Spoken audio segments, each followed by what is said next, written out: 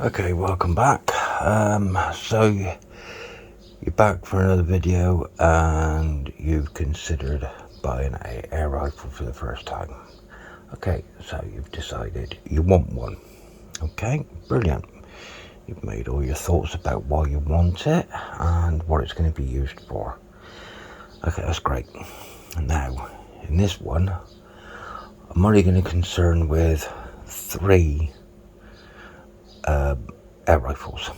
One is a PCP, like this BSA Ultra SC 1.77. Cracking little rifle. I mean, it is lovely. Springers come in all shapes, sizes, same as PCPs. I mean, there are some very good make PCPs out there, as well as some very good make springers. The Springer I use is a Virac HW99S.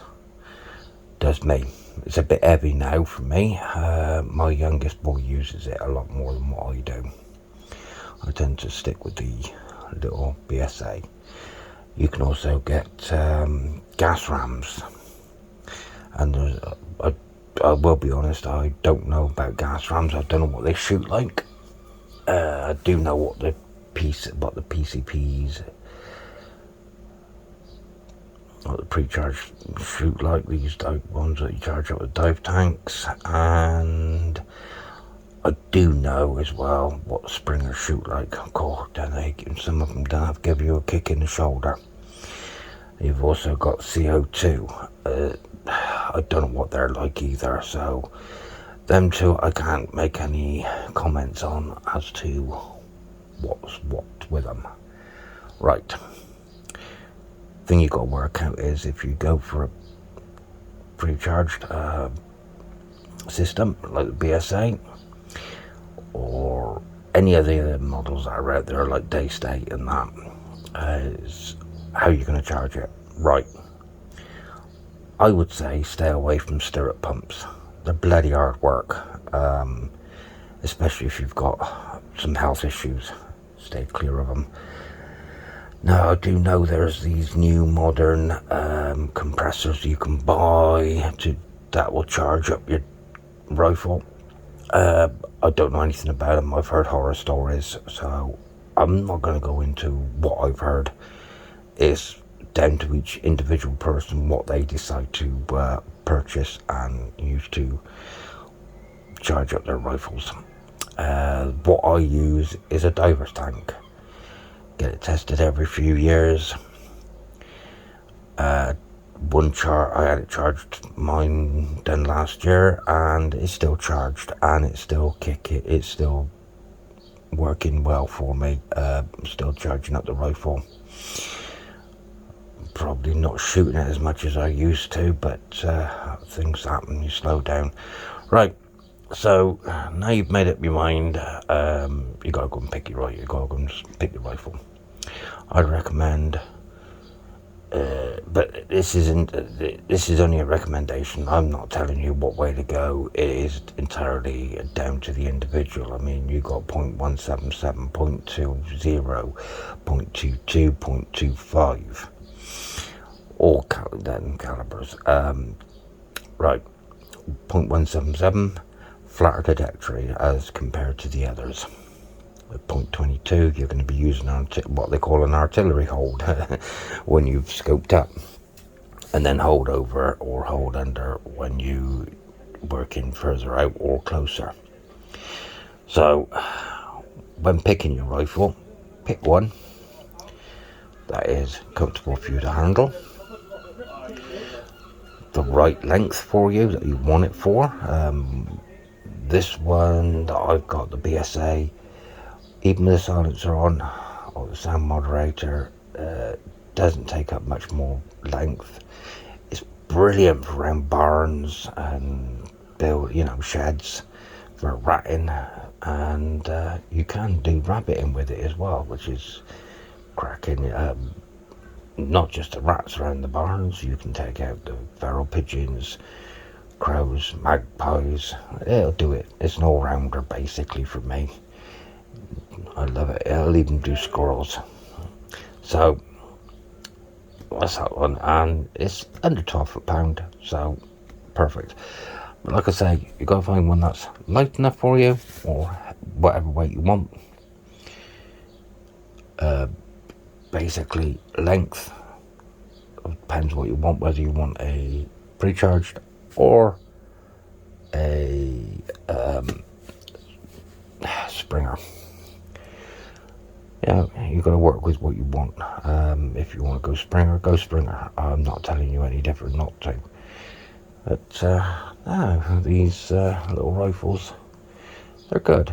Everybody seems to be going pre-charged these days, so we'll just have to see.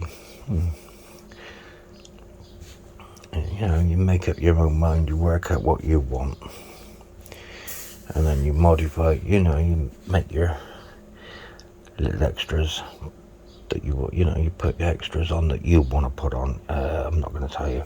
I mean, this one's got a bipod adjustable. This will naturally come off my .22 Virac. I worked very well on that, actually, even though a lot of people say, oh no, it won't work on a Springer, won't work on a Springer. They do work, but they're not as efficient as sitting on a beanbag. I will say that. Right, that's enough about that. So you've decided you want an air rifle, you've decided what you want. Now you've got to work out your budget. I mean, second-hand BSA Ultra should set you back for $350 with scope, silent scope, bag, rifle. Depends what they're going to throw in with it. You could pay as little as $350 for one, and if you went brand new, you could pay as much. You could pay up to what, $560, $600, maybe a little bit more, depending on which one you want. Okay, so we're enough of that. I'm going to go into a little subject. Now, I got .22 caliber pellet there, .177 caliber there. Now, when you look at pellets, we'll take the JSB Diablo Exact Monster 4.52. That's supposed to weigh 13.43 grains. Now, what I'm going to show you is that it's not always, if I can get this thing to work. Why isn't that working? Okay. Looks like I might have a flat battery. Yeah, looks like I may have a flat battery or two, I'm not sure. Just flick it around a minute.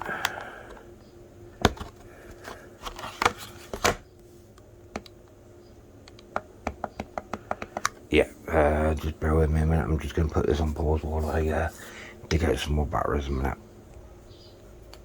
Okay, we're back. It was flat batteries. Right, so I've got to put this into, I think it's GM I've got to go to. I'll just go there, right, GN for grains. Now what I'm going to show you is, right, I'm going to take the 22 caliber JSB Monster 5.52. It's supposed to weigh 25.39 grains. Now, this one has got a bit of a damaged skirt. I don't know whether you can see that. The skirt's a bit damaged. So that's something else you got to work. Now I said that was supposed to come in at 25.39 grains. It's actually coming in at 26 grains, according to my scales. I've got into weighing my pellets a little bit more these days.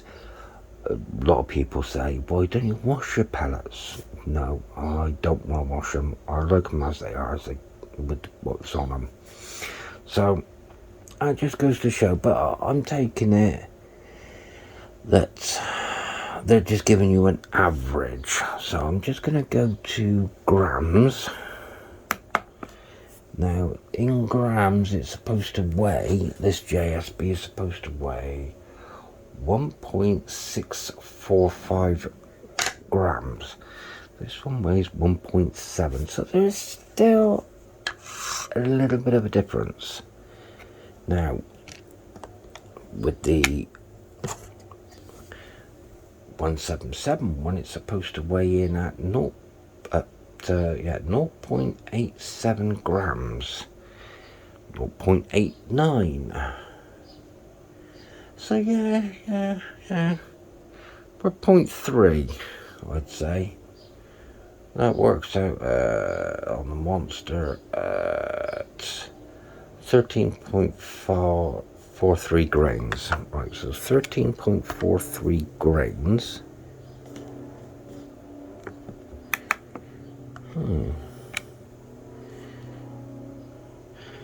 Yeah, 0.85.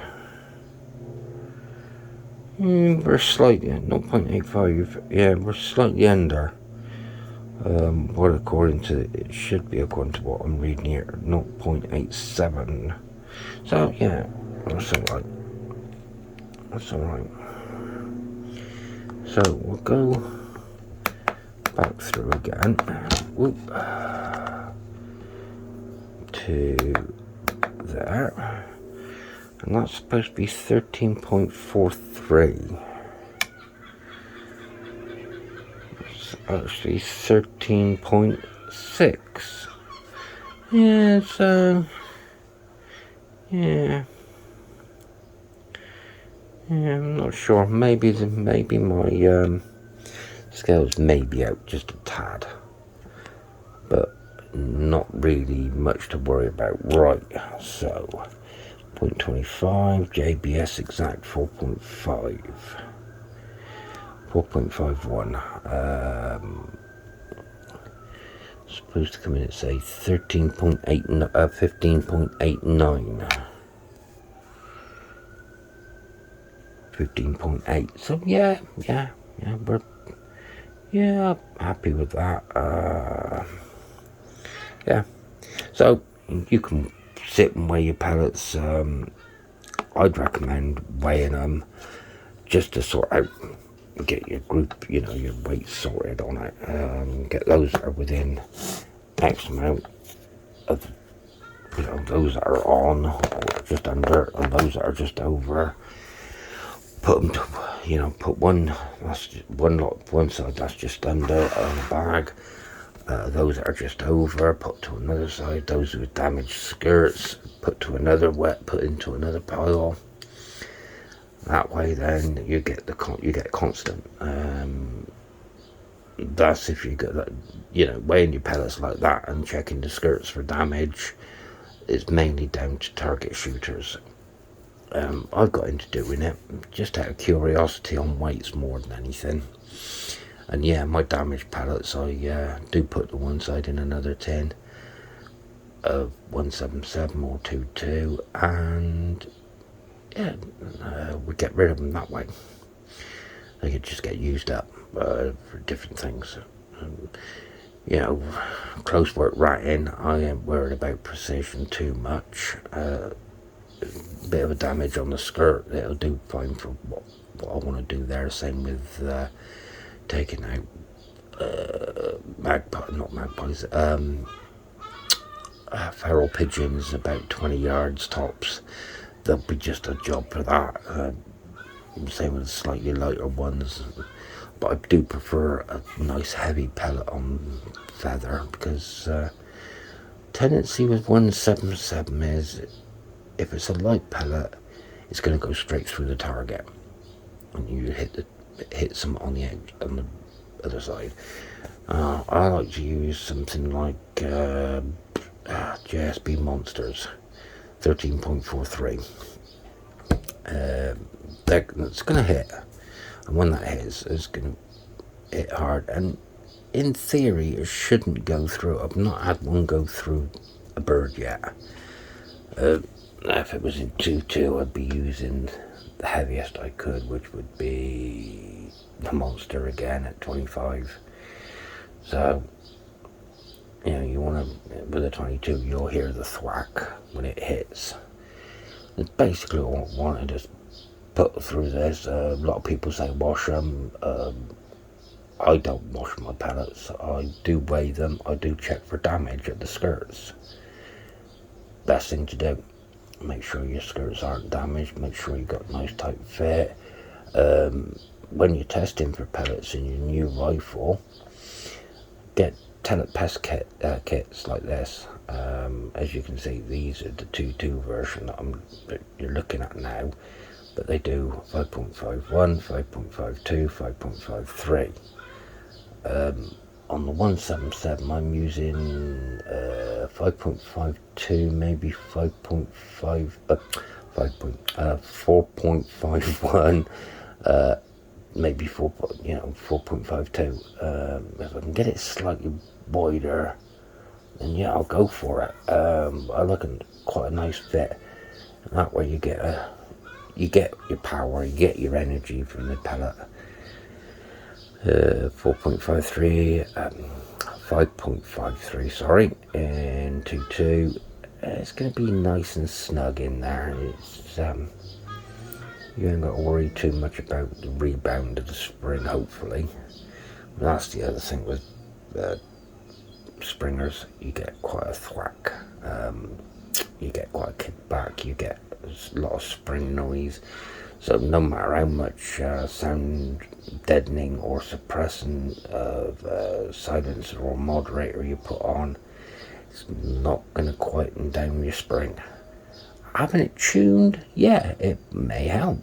I don't really know because I've never tuned it. I had an air rifle tuned in all the years I've been shooting. So that's all I might to say on this subject today. Maybe another video we can look at